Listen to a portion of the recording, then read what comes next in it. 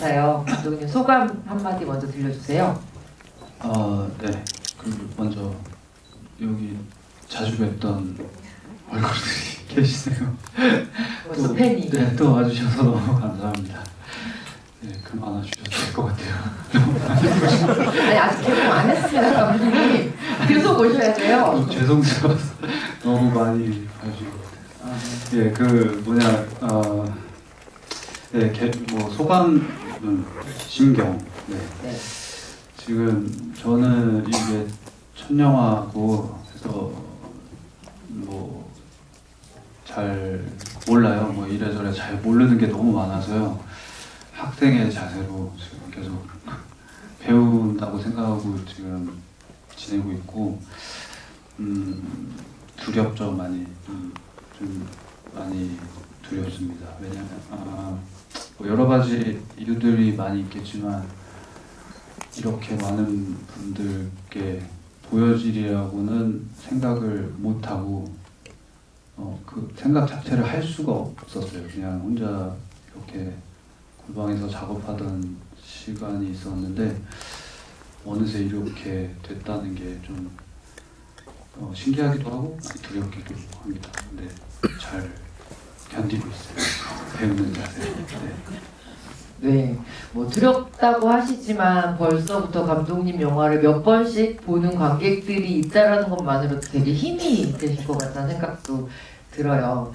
사실 저는 부산에서 영화 봤고 어제도 다시 기자 시사로 영화를 보고 또 기자 간담회까지 얘기를 좀 들었는데 아마 오늘 관객 여러분들께서 질문하시기 전에 몇 가지 저도 감독님께 개괄적인 질문들 여쭤보고 또 관객 여러분들께 마이크 드리도록 하겠습니다.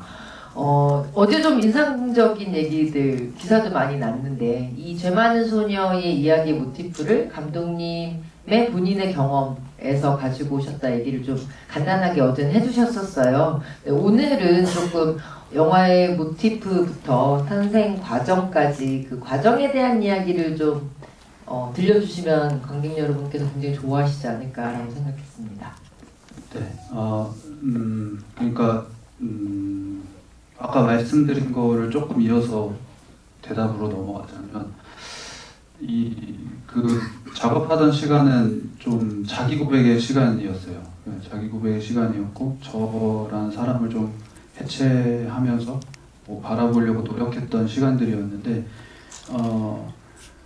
그때는 제가 사실 이 아는 여러분들 여기 함께 계셔주신 분들이 보이지 않았던 거죠. 근데 지금은 이렇게 눈으로 실제로 뵙게 되는 상황이 온 건데 그래서 좀 두렵다고 생각을 한 거였고요. 자기 고백이라 하면 이제 그 모티브라는 거랑 좀 연결될 수 있을 것 같은데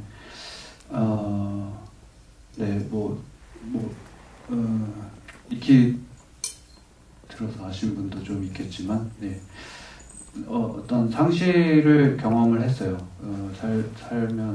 살다가 소중한 친구를 잃고 그게 굉장히 저한테는 좀 충격이었고요. 제가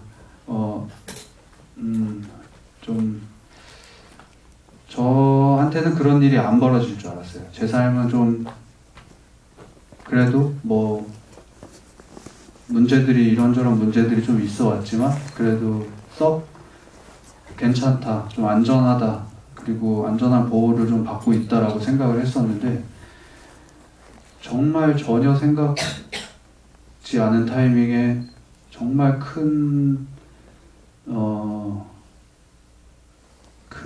존재가 비어버린 거예요. 어느 순간에.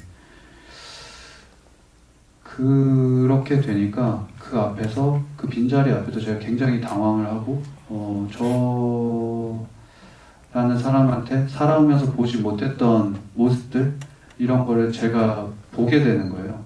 슬퍼하고 뭐 여러 가지 감정들, 우리가 익히 알고 있는, 누군가를 잃게 되면 그렇게 될 거라는 뭐 드라마에서 보고 소설에서 봤던 그런 감정들은 당연히 있었고 제가 좀 생각하지 못했던 감정들도 같이 계속해서 올라오더라고요.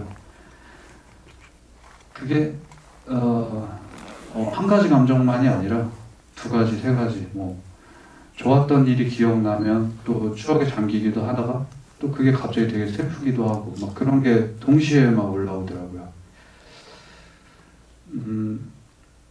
그러면서 저라는 사람한테 굉장히 많이 놀랐던 것 같아요. 아, 이런 모습이 있구나. 그리고 어느 날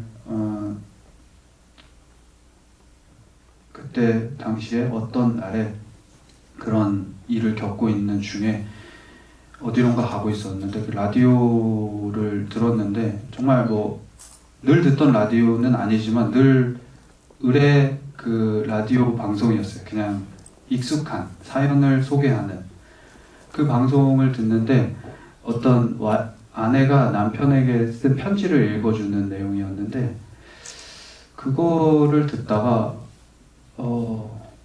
엄청 눈물을 쏟았던 기억이 나요. 그 내용은 정확하게 기억이 안 나는데 다 이렇구나. 그냥 지금 다 사람들이 그 상실, 상실, 잃어버린 나를 두고 간 사람에 대한 원망, 지금 안고 있는 고통, 아니면 그 사람이 없어졌는데 그게 내 탓이 아닐 거라고 스스로 계속 변호하는 이런 마음들, 이런 것들을 다 안고 살고 있구나. 요 정도 문제는 다 안고 살면서 서로 이야기하지 않고 살아가고 있는 거구나. 내가 너무 안전한 곳에서 잘 모르고 살았구나라는 좀 충격이 있었어요. 그때 정말 아무것도 아닌 멘트에 엄청나게 눈물을 흘렸던 기억이 나는데 차를 옆에다 대고 그 일화가 좀 이 대답이 될 수 있을 것 같아서 말씀을 좀 드려봤습니다. 네. 지금 말씀하신 얘기를 들었을 때 저도 좀 지금 울림이 있는 부분은 나만의 상실이 아니라 모두의 상실이라면 나의 상실을 이야기했을 때 그것들이 이렇게 울림, 공감을 주는 분들이 분명히 있겠다라는 어떤 확신 같은 걸 가지셨겠다라는 생각도 좀 들고요. 네, 근데 또 이게 지금 영화가 상영되고 또 이런 상실에 대한 다른 영화들도 많이 또 나오게 되고 또 보게 되고 그런 감독님들하고 대화하고 하면서 또 느끼는 거는 그리고 관객분들 또 하고 대화하고 하면서 또 느끼는 거는 아직도 저라는 사람이 되게 많이 부족하구나 이런 생각도 많이 해요. 이 영화는 굉장히 공격적으로 내 고통에 대해서 아니면 인간이 한계가 있다. 우리는 잘못 조립되어 있는 것 같다라는 좀 의문을 던지는 좀 그런 영화라고 생각을 하거든요. 그러니까 제가 좀 아직 덜 성숙한 인간이 아닌가 이런 생각도 요즘에 좀 많이 하면서 네, 그런 시기를 보내고 있어요. 공유하려고 노력하고 그렇진 않았었고. 그 영화를 만드는 과정도 사실은 굉장히 첫 경험이다 보니 여러 가지 지금까지 상상만 했던 것들이 눈앞에 딱 드러났을 때 당혹스러운 그런 것도 있을 것 같아요. 밖에서 제작비 얘기도 조금 해주시긴 하셨는데 영화가 사실 되게 울림이 크고 좀 이렇게 어깨를 누르는 부분들이 있다 보니까 대화는 좀 재밌는 얘기 섞어가면서 하면 좋을 것 같은데 감독님. 네. 제작비 얘기. 없나요? 네. 네. 또 저한테는 그래서 그 사명감 같은 게 있었어요. 이거를 만들어야 한다. 내 친구가 보고 있다. 이런 사명감 같은 게 있었어요. 아까는 좀 재밌게 얘기해서 그런 게 있었는데 지금 좀 무거워지고 있는데 그런 사명감 같은 게 있어서 제작비는 초반에 떨어졌어요.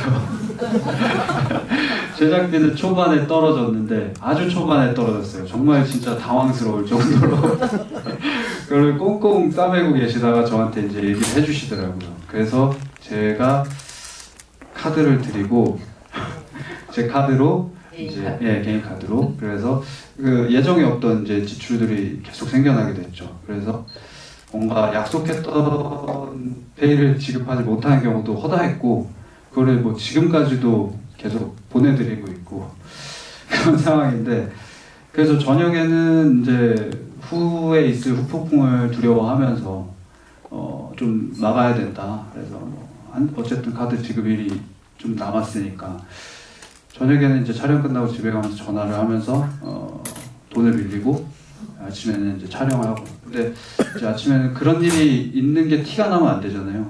우리 영화는 잘 진행되고 있어. 그러니까 아무 문제가 없어. 네, 아무 문제가 없어. 그러니까 마음 놓고 본인들의 역할에 충실하면 이 영화는 잘 나옵니다. 라는 확신을 표정으로, 말투로 전달하기 위해서 아주 아침마다 동기부여 영상 같은 거 이렇게 보면서 출근하고, 예, 그랬었죠. 아주 평정심을 유지하면서 계속, 예, 그랬었죠. 굉장히 중요한 연기를 하신 거네요. 네네. 뭐 그게 제일 힘들었어요. 그 연기를 하는. 흔들리지 않는 감독님을 연기하는 현장. 네, 그렇습니다. 감독을 연기하는 감독이었죠. 되게 굉장히 가보고 싶은 현장인 거라는 생각도 드는데요. 저는 감독님이 이제 어제 이 작품이 본인의 그 경험에서 비롯된 어떤 감정들을 이야기로 만드신 건데, 본인의 감정을 이야기로 만드실 때에 영화 속의 인물들을 여성 중심으로 이렇게 배치를 하셨다라는 게 이 영화가 가지는 굉장히 큰 힘이 아닐까라는 생각을 했었어요. 근데 한편 그렇게 하시는 과정이 또 쉽지는 않았을 것 같다라는 생각도 들어요. 배우들이랑 굉장히 많이 얘기하셨을 것 같기도 하고요. 어떠셨는지. 네. 아마 지금 다시 만들면 뭔가 더 잘 할 수도 있을 것 같아요. 왜냐면 지금은 뭐 읽을 책도 많고 더 많아졌잖아요. 그 어떤 발언들, 그런 것들도 많고 강의들도 많아졌고 해서 더 좋았는데, 시나리오 쓸 때는 사실은 이렇게 사회적으로 운동이 일어나거나 하는 게 좀 많이 있지는 않았어요. 그래서 노력을 했는데 좀 지금 봐도 좀 부족한 부분들이 많이 있는 것 같습니다. 근데 어쨌든 저는 저 캐릭터는 이제 어제도 말씀을 드리긴 했었는데, 캐릭터는 저라는 사람이 느낀 감정, 그런 것들을 최대한 담을 수 있는 여러 가지 캐릭터를 구상을 했고, 그 캐릭터들이 잘 어울리는 사회가 여기 고등학생들이 모여있는 이 학교, 그리고 외부인들이 많이 침입해서 이제 흔들리기 시작하는 이 학교라고 생각을 좀 했어요. 그게 저한테는 굉장히 매력적인 공간이었고 좀 신화적인 느낌이 좀 들었어요. 근데 이제 처음 막상 쓰기 시작을 하니까 제가 잘 모르는 게 너무 많더라고요. 제가 느끼는 감정이 이 여성, 고등학생 그 시기의 감정과 맞닿아 있는 게 맞나 의심이 많이 됐었어요. 근데 그걸 이제 돌파할 수 있는 방법은 뭐 한 가지 생각이 딱 있었죠. 용기를 주는 생각은 이거는 사람 얘기다. 이 친구들도 나이가 어리다고 해서 내가 느낀 상실을 더 적게 반응하지 않을 것이고, 더 무논리로 막 이렇게 표출하지 않을 것이다. 뭐 이런 생각들을 좀 하면서 그러면서 좀 썼던 것 같아요. 이거는 중성사회고 나는 사람 이야기를 하는 거다. 여기는 신화고 이들은 어떤 인간성의 표본들이다 라고 생각을 하면서 쓰려고 노력을 했던 것 같아요. 거창한데 어쨌든 저는 계속해서 그렇게 믿으면서 썼어요. 네. 전여빈 배우의 이 얼굴, 그러니까 포스터를 저는 이 포스터 굉장히 좋거든요. 감독님 좀 다른 의견 있으셨던 모양인데, 이 죄 많은 소녀라는 제목과 전여빈 배우의 이 얼굴이 도대체 그녀가 무엇을 말하고 싶을까? 무슨 말을 하려고 하는 걸까? 이게 굉장히 좀 궁금증을 일게 하는 표정이었어요. 근데 이게 여러분도 영화 보셨으니까 아시겠지만 따로 찍은 포스터가 아니라 영화 속의 어떤 장면인 거잖아요. 전여빈 배우의 얼굴의 발견이라고도 좀 말할 수 있을 것 같은데, 전여빈 배우랑의 연기, 호흡은 어떠셨는지, 어떤 식의 디렉션을 좀 주셨는지. 아까 그 대답을 정확하게 못한 것 같은데 도움을 많이 받았어요. 이 대답과 그 대답이 연결이 되는 것 같아요. 그러니까 여성 스태프들이 저한테 많이 계셔주셨고 촬영하면서도 내내 도움을 굉장히 많이 받을 수가 있었어요. 많이 물어봤고 예, 프리프로덕션서부터 굉장히 많이 저한테 먼저 와서 조언을 해주셨었어요. 예, 모르는 부분들. 역시나 이제 전여빈 배우님도 제가 모르는 시절들을 겪으신 분이잖아요. 그 시절에 대한 이야기들, 뭐 그때 감정들, 뭐 이런 이야기들을 굉장히 많이 해주셨어요. 그게 좀 도움이 됐고 어떤 부분에서는 그 본인의 이야기를 굉장히 잘하세요. 그래서 그 이야기들을 듣다가 어떤 부분에서는 이 감정을 내가 갖고 가도 되겠다는 부분도 있었어요. 내가 느낀 감정과 일치가 되는구나. 그래서 내 분노와 이 사람의 분노가 맞닿아 있는 부분이 있구나. 뭐 이런 것들이 좀 있었어요. 그래서 이거를 영화로 표출할 수 있겠다. 뭐 이런 생각들이 좀 많이 있어서 도움을 좀 많이 받았던 것 같아요. 그 얼굴의 발견이라고 해주셨는데 그 얼굴은 배우님께도 그렇고 좀 상징적인 의미이길 바래요. 뭔가 이 여빈 씨 얼굴을 봤을 때 뭐 평가나 뭐 취향에 대한 그런 것들보다 이 사람에 대한 어떤 상징적인 의미로서의 단어이길 바래요. 예. 그러니까 얼굴의 발견이라고 하는데 이분의 감성의 발견이죠. 제 생각에는 좀 그렇게 됐으면 좋겠는 바람이에요. 그러니까 자화자찬하는 것은 아니고 이 배우님께 이 배우님이 그렇게 좀 보여졌으면 예, 좋겠는 생각이에요. 예. 좀 갑자기 궁금해졌는데요. 이렇게 촬영장에서 모니터를 카메라로 배우들의 얼굴이나 이런 것들 쭉 보시잖아요. 그러다가 어떤 얼굴이 탁 카메라에 잡혔을 때 그 뒤에 있는 감독으로서도 약간 이거다 라는 느낌이 이렇게 좀 들 때, 그럴 때가 언제였었는지 좀 궁금하더라고요. 뭐 제가 경험이 많지 않고 그렇게 불안한 메일을 보내면서 촬영한 영화이기 때문에 배우님들의 연기들은 뭐 매 순간순간 저는 좋았죠. 네, 리듬 같은 것이 좀 있었던 것 같아요. 네, 그래서 어느 순간에 계속 저는 그 제작비의 압박에서 조금이라도 자유로울 수 있었던 것은 다음날 이분들이 뭔가 보여주실 거야. 내일은 네, 내일은 이분들이 나를 위로해 주실 거야 하는 믿음이 확실히 있었어요. 네, 그게 제일 좋았죠. 네. 굉장히 훌륭한 진통제인데요. 그렇죠. 그게 제일 좋았죠. 감독님이 표현하신 중에 이 공간이 신화적 공간이다 이런 얘기를 하셨어요. 근데 저는 그 신화적 공간이라는 말씀이 이 영화 속에서 약간 구체적으로 드러난 씬이 장례식장에 관련된 씬이 아닐까라는 생각을 했거든요. 그러니까 뭐 일상을 다룬 혹은 상실이나 죽음을 다룬 영화에서 장례식은 나오죠. 뭐 많이 봤죠. 그런데 이 영화에서 보여주고 싶은 장례식, 그리고 천도제라고 하나요? 네, 뭐 예, 그렇죠. 네. 그런 그 이야기, 그런 영상들을 본 건 굉장히 오랜만이라서 감독님께서 생각하시는 장례식장에 대한 의미는 굉장히 좀 크지 않을까라는 생각을 좀 했습니다.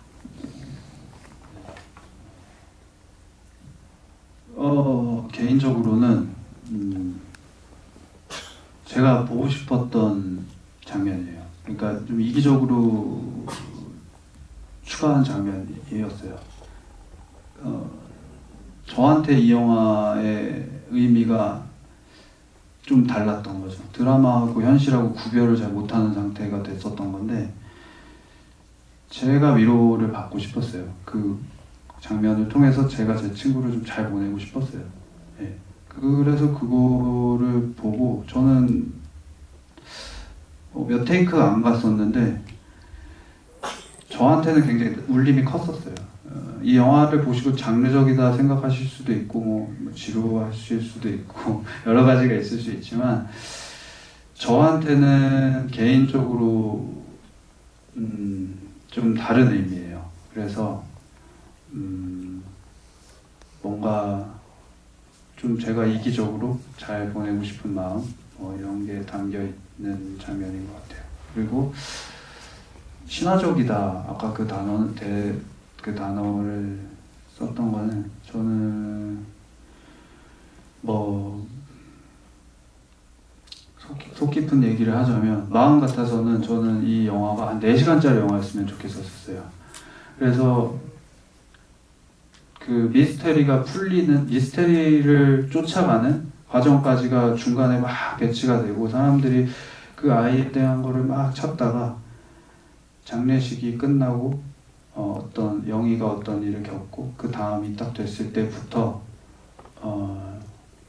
이 사람들이 그 영희 앞에서 속죄하고 이 아이들이 엉키고 막 이러는 과정들 갑자기 카메라가 그 안으로 더 깊이 들어가서 이 아이들의 그 감정들을 조금 더 면밀하게 다뤘으면 좋겠다라는 생각을 했었어요. 근데 이거는 되게 아마추어적인 발상일 수도 있는 거예요. 아니면 팩인가? 아무튼 뭐 근데 못했는데 열정이죠. 예, 근데 그런 꿈을 갖고 어쨌든 썼던 것 같아요. 근데 그거에 대한 꿈은 아직도 좀 있긴 해요. 좀 진짜 별거 아닌 얘기 항상 우리가 봐왔다 학원물 뭐 이렇게 보실 수도 있는데 그 안에 정말 내밀하게 들어가면 이게 그런 정도가 아닐 수도 있을 것 같다는 생각이 많이 들었거든요. 사람이 사는 공간이니까 정말 면밀하게 진짜 재미가 없더라도 해보고 싶다. 한국영화 아카데미에서 만든 건데 한국영화 아카데미는 굉장히 크리틱을 많이 해요. 시나리오 모니터도 많이 해주시고 하는데 그때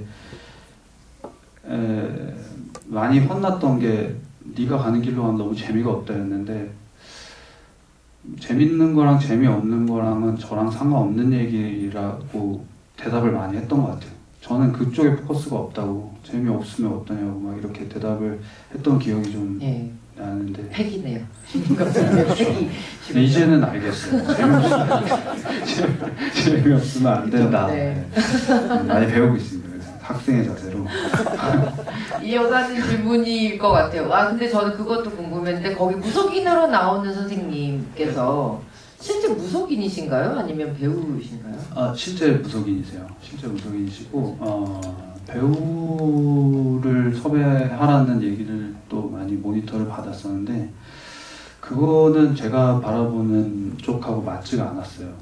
왜냐면은 그거는 제 기준에선 어쨌든 그건 아니었어요. 그래서 그 감독께서 굉장히 잘 선택하신 것 같다는 생각을 했어요. 감사합니다. 아니 여러분들도 아마 그 장면에 되게 울림이 남다르셨을 것 같은데 특히 무속인이 이제 미안하다라고 얘기하고 이렇게 안기는 그런 장면에서 봤을 때 뭐 그런 무속 자체가 뭐 실제 있냐 믿냐 이런 문제를 떠나서 누군가에게 미안하다라고 죽은 자와 산 자를 이어주면서 미안하다라고 얘기해주는 사람이 저는 결국 무속인의 역할이 아닐까라고 생각을 하는데 그 울림이 스크린 너머까지 이렇게 전달이 되더라고요. 그래서 배우시라면 저분은 앞으로 굉장히 많은 작품에 출연을 하시겠다는 생각을 했었고 그런데 그 울림 자체가 어떤 배우의 연기를 좀 넘어서는 것들이 느껴져서 한번 여쭤보고 싶었습니다. 네, 그 테이크에 뭐가 오신 것 같아요. 그 테이크는 그렇게 해주셨어요. 정말 진짜 저 진짜 깜짝 놀랐어요. 네. 저는 그거에서 한 일이 없어요. 그 선생님들을 섭외하고 부탁드리고 선생님들께 저는 저승과 이승을 잇는 이런 것에 대해서도 말씀드렸지만 이 장면만큼은 저한테 포커스가 가 있는 부분은 저승 세계의 존재 여부, 신에 대한 믿음 이런 거를 떠나서 남겨진 사람들을 위로하는 그 무당 선생님들의 역할 중에 그런 것도 조심스럽게 있지 않냐. 그게 저는 되게 중요한 역할 중에 하나인 것 같다라고 말씀을 드렸는데 그거에 뭐 기분 나빠하시지 않으셨고 당연히 그것이 우리 역할이다라고 얘기를 해주시면서 그쪽으로 좀 포커스를 갔으면 좋겠다라고까지 말씀을 드렸고 네, 그렇게 해주신 거죠. 그래서 그 장면의 어떤 질감을 보면 극영화인데도 불구하고 잠깐 다큐멘터리와 극영화의 이 경계를 오가는 것 같은 굉장히 묘한 질감들이 있어서 그 장면이 좀 많이 기억이 나실 것 같다는 생각도 했고요. 또 하나는 그 아까 감독님 말씀하신 시선에 대한 부분인데요. 여러분들도 영화를 이렇게 보셨잖아요. 근데 한 번 더 보시거나 또 여러 번 보신 관객분들 계시니까 보시면 카메라의 시선이 굉장히 묘하다라는 걸 보면 볼수록 느끼실 것 같아요. 그러니까 보통 카메라는 이제 등장인물이 무언가를 하는 거를 잘 보여주기 위한 위치에 이렇게 배치가 되잖아요. 그런데 이 카메라는 누군가가 그걸 보고 있는 사람, 어떤 그 안에 있는 등장인물 중에 누군가 하나의 눈을 통해서 이 장면을 보여주는 것 같은 그런 느낌을 주는 시선들이 되게 많아요. 영화가 들어가면 들어갈수록 마치 그녀의 영혼이 보고 있는 것 같은 느낌을 주는 카메라의 워킹과 거리 이런 것들이 느껴지더라고요. 그래서 카메라의 시선을 세팅하시는데 굉장히 공을 많이 들이셨겠구나라는 생각을 사실 영화 보면서 했었거든요. 네, 그거는 맞아요. 정말 그거. 네, 죄송합니다. 정답. 예. 그게 굉장히 좀 고민을 많이 했었어요. 촬영 감독은 제 아카데미 동기였는데 한국영화 아카데미 동기 정규과정의 동기였고 친구랑 졸업 작품도 같이 찍고 뭐 그런 미학적인 취향이 굉장히 같이 공통된 점이 많았어요. 그래서 이 친구가 관조적인 촬영을 좋아한다는 것에 대해서는 이미 알고 있었고 그 거리를 잡는 데는 저한테 정말 제 취향이었어요. 근데 이 높이에 대한 이견이 좀 있었어요. 그 높이에 대한 거를 그래서 초반에 제가 좀 부탁을 하다가 이 친구가 아예 저한테 뷰파인더를 넘겨줬어요. 그러면서 이제 높이를 네가 잡아라 해서 높이에 대한 고민 뭐 이런 것도 같이 좀 그런 식으로 좀 풀어갔어요. 쿨한 친구죠. 네. 그렇게 해서 합이 좀 맞았던 것 같아요. 근데 그게 뭐냐면 그 상황 안에 그 신화 제가 생각하는 그 공간 안에 좀 같이 있었으면 했어요. 그래서 거리가 멀건 거리에 따라서 그 죄책감의 파장이 적어지고 강해지고 할 수 있잖아요. 그거를 함께 공유했으면 했어요. 폭력적인가요? 근데 아무튼 그게 이 영화의 역할이라고 생각했어요. 그 고통을 전달하는 거. 제가 어떤 리뷰를 봤었는데 자극을 전시한다 뭐 이런 리뷰를 좀 봤는데 뭐 어떤 면에서는 인정해야 되는 부분인 것 같아요. 제가 전시하려고 하지는 않았다고 얘기하고 싶지만 이 고통의 정도가 제가 느낀 거는 제가 드라마를 보거나 책을 읽거나 했던 이상 훨씬 이상이었거든요. 이거를 체감을 시키는 게 제 목표였어요. 그게 이 영화의 역할이라고 생각했어요. 그래야지 안 잃죠. 이제 다른 사람들 안 잃죠. 그 생각이었어요. 네.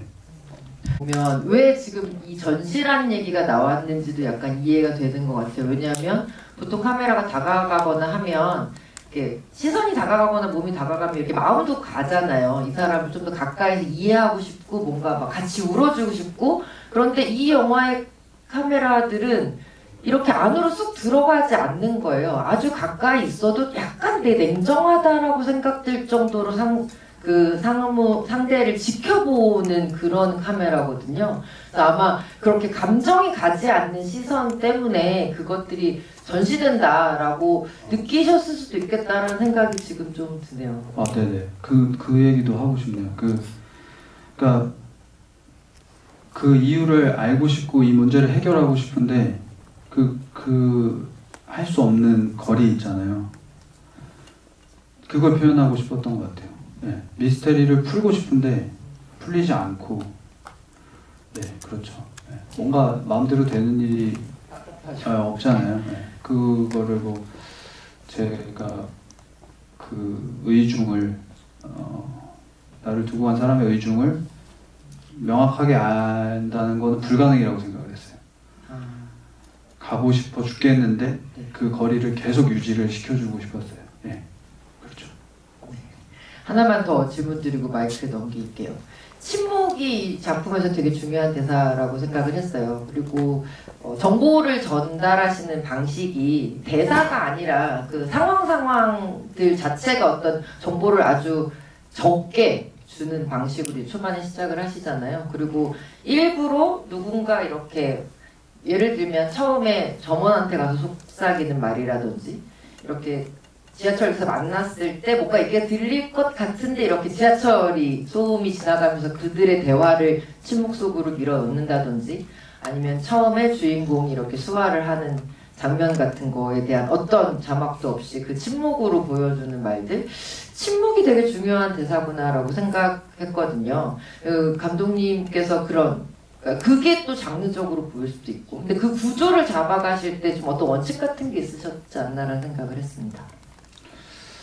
예, 그 기본적인 원칙은 이제 좀 거리를 두자. 아까 말씀드린 그거랑 뭐 일맥상통하는 부분이죠. 다 보여주지 않는다. 알 수 없다. 이거를 아주 깨닫게 만들겠다. 굉장히 폭력적인데. 아니, 아무튼 뭔가 알아주셨으면 좋겠다 정도로 수사를 하죠. 네, 그렇죠. 네. 네, 좋은 것 같습니다. 여러분, 지금부터 관객 여러분께 질문 시간 드리겠습니다. 감독님 선택해 주시고요. 네, 감독님께서 골라주시면 좋을 것 같고 또 질문해 주신 관객 여러분께 죄 많은 소녀 예매권을 선물로 드리도록 하겠습니다. 개봉주에 꼭 봐주셔야 합니다. 네, 감독님 선택해 주시면 안 돼요. 제가 할까요? 네. 죄송합니다. 우선 예, 여기 세 번째 줄에 손을 반짝반짝 흔들고 계신 네, 관객분. 예, 감독님 영화 너무 잘 봤고요. 저는 이제 부양병원에서 보고 이제 또 봤는데도 좋네요. 예. 이제 맨 마지막 장면에 보면은 이제 그 영희가 이제 어둠 속으로 사라지잖아요. 근데 그 부분에 보면은 이제 뭔가 자기가 이제 하고 싶었던 복수를 다 끝나고 이제 어둠 속으로 사라지는데 이제 그 사라지는 게 어떻게 보면 이제 죽음으로 가는 것 같기도 하고 어떻게 가서는 그냥 어둠 속으로 사라지는 것처럼도 보이는데 뭐 열린 것만처럼 생각할 수도 있기는 한데 감독님 어떻게 생각하시는지 궁금합니다. 네. 열린 듯 닫힌 결말이지 않나. 네. 이렇게 생각합니다. 네, 그래서 가고 있는 중 뭐 이런 거. 저는 뭐 근데 약간 이렇게 제일 중요한 것은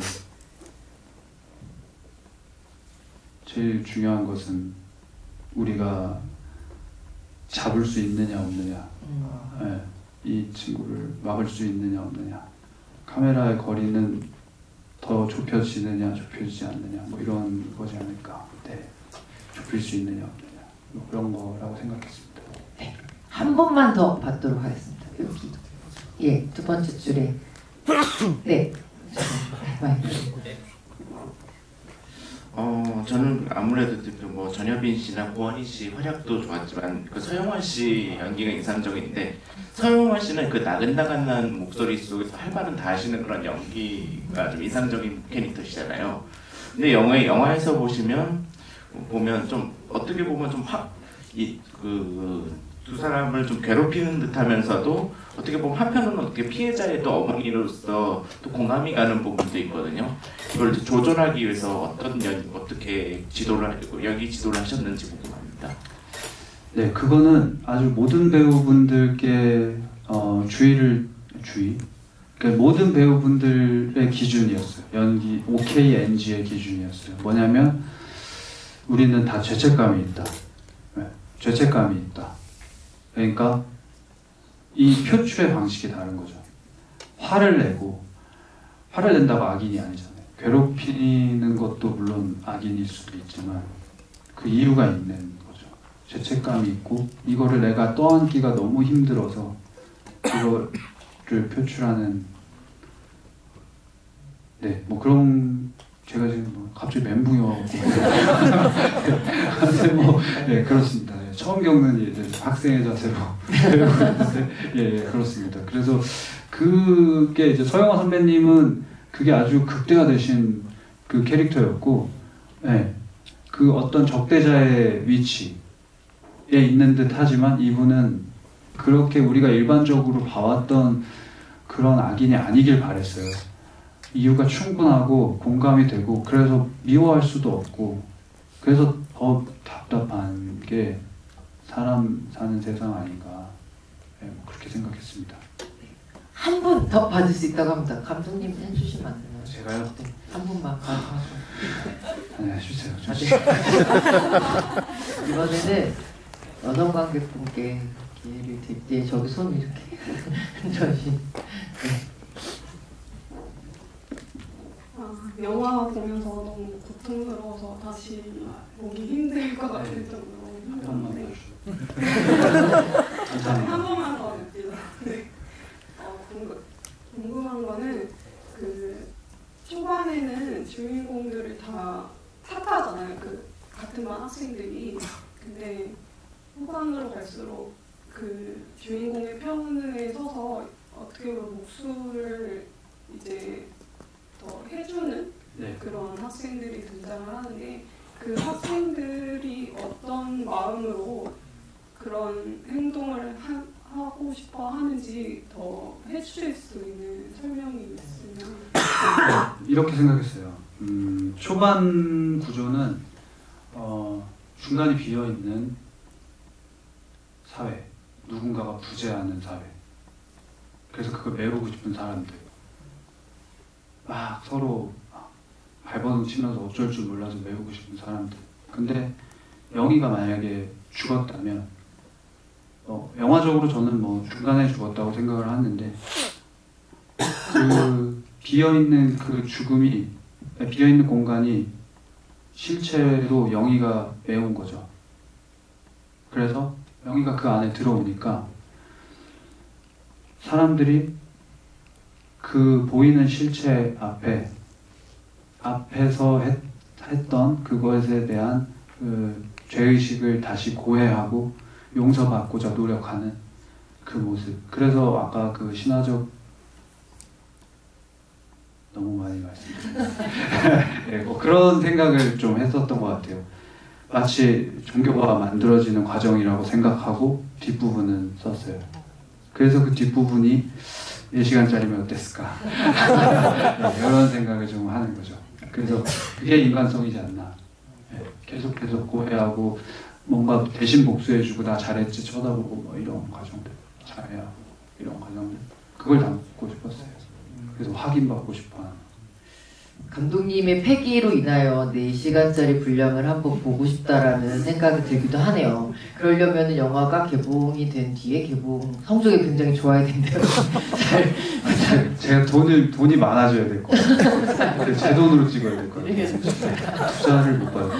예, 벌써 사실 저희가 마무리할 시간이 됐는데요. 시간 너무 빨리 지나가고 여러분들도 되게 질문하고 싶은 얘기 많으셨을 것 같은데 그거는 또 다음 GV도 있을 것 같고 또 다음 영화도 있을 것 같으니까 그때 또 해주시면 좋지 않을까라는 생각을 또 오시나요? 네, 그럼 또 오시게 하겠습니다. 네, 그럼 감독님, 관객 여러분들께 마지막으로 인사 말씀 부탁드릴게요. 네, 이렇게 좋은 날 또 이렇게 자극을 전시하는 폭력적인 그런 영화를 보여드려서 죄송하고 좀 이면의 모습 그리고 너그럽게 만들면서 혹은 좀 고통을 나누고 싶었던? 아니야 좀 아무튼 뭐 그런 제 만들 시절의 저를 좀 조금이라도 잘 너그럽게 이해해 주셨으면 좋겠어요. 그때는 막 분노에 가득 차 있었는데, 네. 이것도 하나의 언어라고 생각해 주셨으면 좋겠고, 뭔가 이런 일이 없으셨으면 좋겠네요. 앞으로. 네, 그거죠. 아마 감독님의 마음이 굉장히 관객 여러분들께 잘 전달된 것 같다는 생각이 듭니다. 이렇게 늦은 시간까지 자리 꽉 채워주시고 제 많은 소녀 사랑해주신 모든 관객 여러분 감사드리고요. 예, 다음 주 개봉입니다. 잘 부탁드리겠습니다. 조심히 돌아가시고요. 다음 기회에 또 뵙겠습니다. 고맙습니다.